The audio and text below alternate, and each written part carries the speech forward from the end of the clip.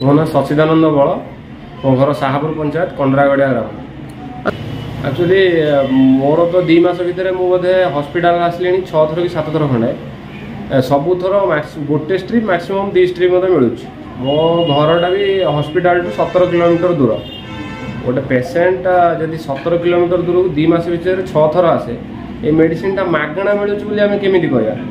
द्वितीय कथा medicine availability ना आटा बाहर मिलूनी ये सिस्टम बंद कर दवा दरकार। जहाँ रोग है से मरज से सबुठ भल। ये तो आम स्वास्थ्य अवस्था विषय या कह कौन कह सी प्रोब्लेम आमको शो कर सप्लाय आसुनी से दे पारना से बास यही रिप्लाय मिलूँ ऊपर सप्लाय ना माने सरकार पाखे मेडिसिन रो सप्लाय ना।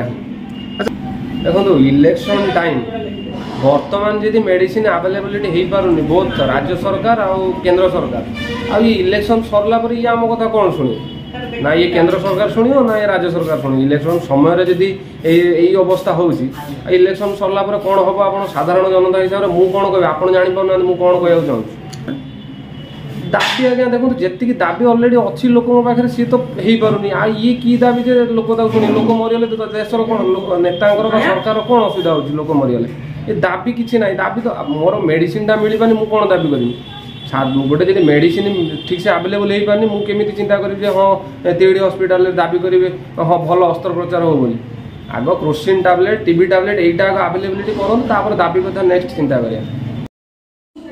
तबे कैंसर भली टीबी मध्य एक भारत वर्ष एक मारात्मक रोग।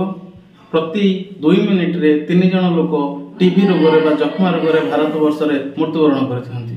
तबे दुर्भाग्यर विषय तिहिड़ी गोष्ठी स्वास्थ्य केन्द्र में टीबी रोगी जो मेडिसिन मिलवा कथा ताहा ठीक मिलूना।